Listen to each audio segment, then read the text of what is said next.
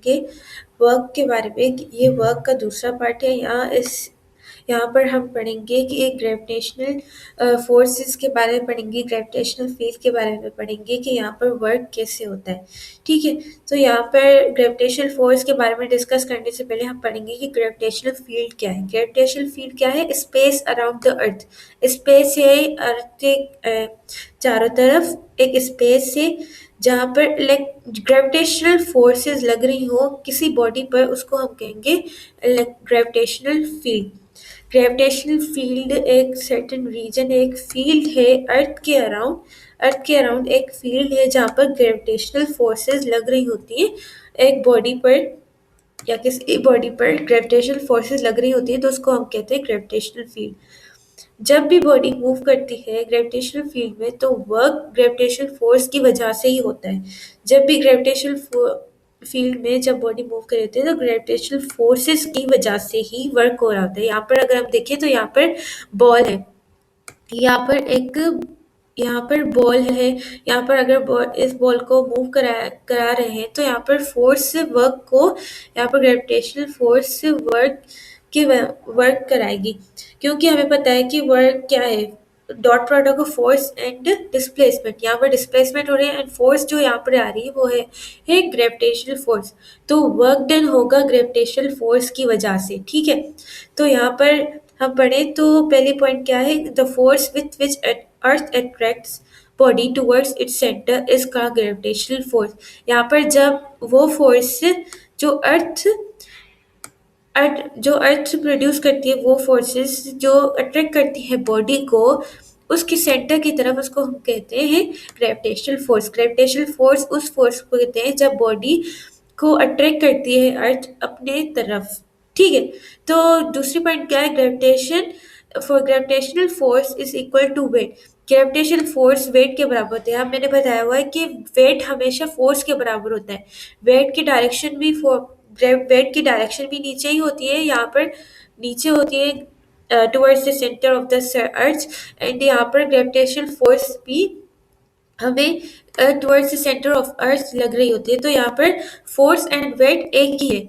यहाँ पर जो वेट का फॉर्मूला है वो है W=mg।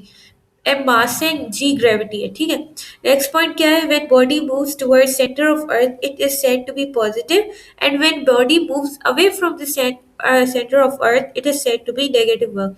तो यहाँ पर पॉजिटिव एंड नेगेटिव वर्क के बारे में बताया जा रहा है। तो positive work and negative work gravitational force की वजह से कैसे होगा। तो पॉजिटिव वर्क हम देखिए तो पॉजिटिव वर्क कैसे हो रहा है कि जब बॉडी डिस्प्लेसमेंट एंड जो फोर्स की डायरेक्शन जब सेम होगी, जीरो एंगल पे होगी, पैरेलल होगी, तब हम कहेंगे कि वर्क यहाँ पर पॉजिटिव हो रहा है। यहाँ पर अगर देखा जाए तो बॉल नीचे की तरफ मूव कर रहा है, मीन्स यहाँ पर डिस्प्लेसमेंट की डायरेक्शन क्या है, सेंटर ऑफ अर्थ, एंड यहाँ पर ग्रेविटेशनल फोर्स की डायरेक्शन क्या है, सेंटर ऑफ अर्थ। तो यहाँ पर इन दोनों फोर्स एंड डिस्प्लेसमेंट के जो बीच में जो एंगल बनेगी वो बनेगी जीरो। जब एंगल जीरो बनेगी तो cos थीटा का हम सॉल्व करेंगे तो +1 हमारी वैल्यू आएगी, जो कि मैक्सिमम पॉजिटिव वर्क है। अगर बॉल को अगर हम फोर्स की डायरेक्शन के अपोजिट भेजें, डिस्प्लेसमेंट का अपोजिट हो, यहाँ पर अगर देखिए तो बॉल को अगर हम अपवर्ड मूव करा रहे हैं तो यहाँ पर डिस्प्लेसमेंट ऊपर जा रही है एंड फोर्स जो लग रही है वो नीचे लग रही है। तो ये दोनों अपोजिट मतलब मूव कर रहे हैं, दोनों का डायरेक्शन अपोजिट है। तो यहाँ पर जो एंगल बनेगी वो 180 बनेगी। यहाँ पर जब एंगल 180 बनेगी तो cos 180 को सॉल्व करेंगे तो यहाँ पर जो वैल्यू हमारी आएगी वो नेगेटिव में आएगी, वर्क की वैल्यू। यहाँ पर ये जो सारा सिनेरियो मैं बता रही हूँ, यहाँ पर अज्यूम करा गया कि यहाँ पर कोई भी फ्रिक्शनल फोर्स नहीं है। सही है, ठीक है। तो यहाँ पर अगर फॉर्मूला के हिसाब से हम देखें तो हमें पता है कि वर्क क्या है, dot product of force and displacement. जब फोर्स एंड डिस्प्लेसमेंट का डॉट प्रोडक्ट है, अगर हम डॉट को हटा देंगे तो cos थीटा यहाँ पर वैल्यू आ जाएगी। तो यहाँ पर इनिशियल एंड फाइनल पोजीशन यहाँ पर बॉल की बताई गई है, तो डिस्प्लेसमेंट की जगह पर हम इनिशियल एंड फाइनल पोजीशन लगाएंगे। तो HF माइनस HI की वैल्यू रखकर हम यहाँ पर सॉल्व करेंगे तो हमारी जो हाइट आ जाएगी वो हाइट आ जाएगी h। तो FH cos थीटा हम यहाँ पर वैल्यू रखते हैं, यहाँ पर थीटा अगर यहाँ पर अगेंस्ट नेगेटिव वर्क के यहाँ पर फॉर्मूला लगा हुआ है, तो यहाँ पर जब cos 180 आएगा यहाँ पर, तो यहाँ पर जो cos 180 आएगा तो यहाँ पर वर्क की वैल्यू क्या हो जाएगी, नेगेटिव हो जाएगी। तो यहाँ पर जो वहाँ पर फॉर्मूला मिलेगा वो मिलेगा mg। यहाँ पर मैंने पहले ही बताया था कि फोर्स वेट के बराबर है, तो यहाँ पर फॉर्मूला भी वेट का ही लगेगा, W is equal to M G और F is equal to M ji.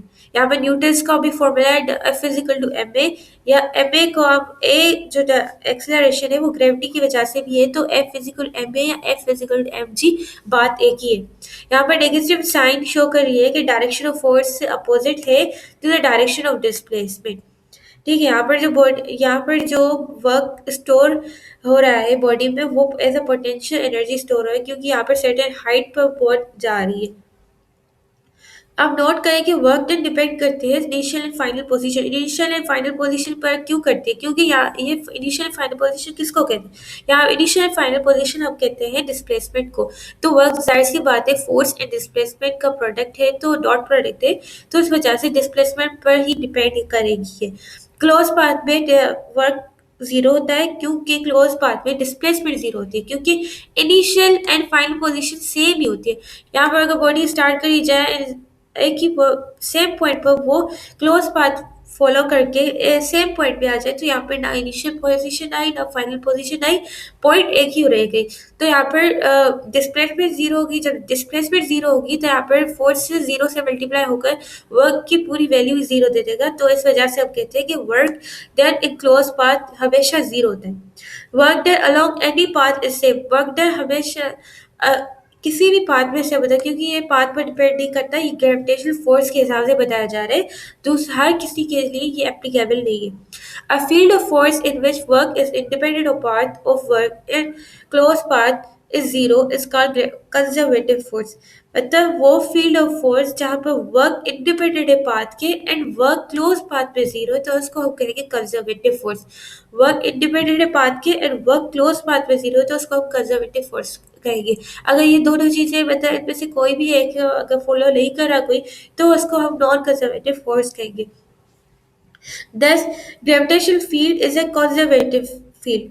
Gravitational field को हम कंजर्वेटिव फील्ड कहते हैं, क्योंकि यहाँ पर क्लोज पाथ पे वर्क की वैल्यू जीरो हो जाती है एंड यहाँ पर वर्क एक कंजर्वेटिव है, तो यहाँ पर ये सारी चीज़ें एप्लीकेबल हो रही है, तो इस वजह से हम कहते हैं कि ग्रेविटेशनल फील्ड कंजर्वेटिव फील्ड है। यहाँ पर बताया गया, यहाँ पर पाथ पर अगर मैं बताऊँ कि पाथ पर कैसे डिपेंड नहीं करता, क्योंकि initial and final position same ही है। यहाँ पर जैसा भी मतलब इस एरो का इस एरो का इस एरो का सारों के ये तीनों एरो के जो इनिशियल फाइनल पोजीशन सेम है, तो वर्क इसी पर ही डिपेंड करता है, डिस्प्लेसमेंट भी इसी पर डिपेंड करता है, डिस्टेंस पर नहीं करता। अगर वर्क यहाँ पर लिखा गया है कि वर्क डन क्लोज पाथ में हमेशा जीरो है। दस gravitational field is a conservative force, gravitational field जो है कंजर्वेटिव फोर्स है। एंड फ्रिक्शनल फोर्स की बात करी जाए, ये नॉन कंजर्वेटिव फोर्स है। भी यहाँ पर एग्जांपल मैंने दी है नॉन कंजर्वेटिव फोर्स की, कि फ्रिक्शनल फोर्स है वो नॉन कंजर्वेटिव है, because when the body is move along to different rough surfaces the work done by them depends upon the path followed by them.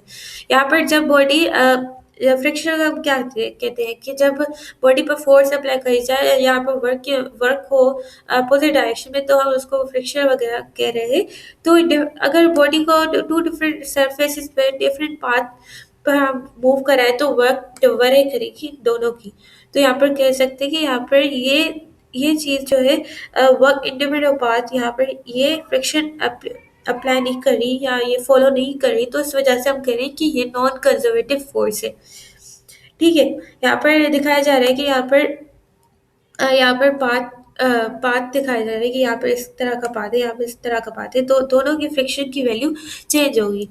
तो यहाँ पर मैंने आपको ग्रेविटेशनल फोर्स के बारे में बताया, यहाँ पर मैंने आपको ग्रेविटेशनल फील्ड के बारे में बताया, मैंने आपको यहाँ पर वर्क के बारे में बताया, यहाँ पर आपको मैंने वर्क इंडिपेंडेंट पाथ के या वर्क क्लोज पाथ पे जीरो, ये सारी चीज़ें मैंने आपको बता दी।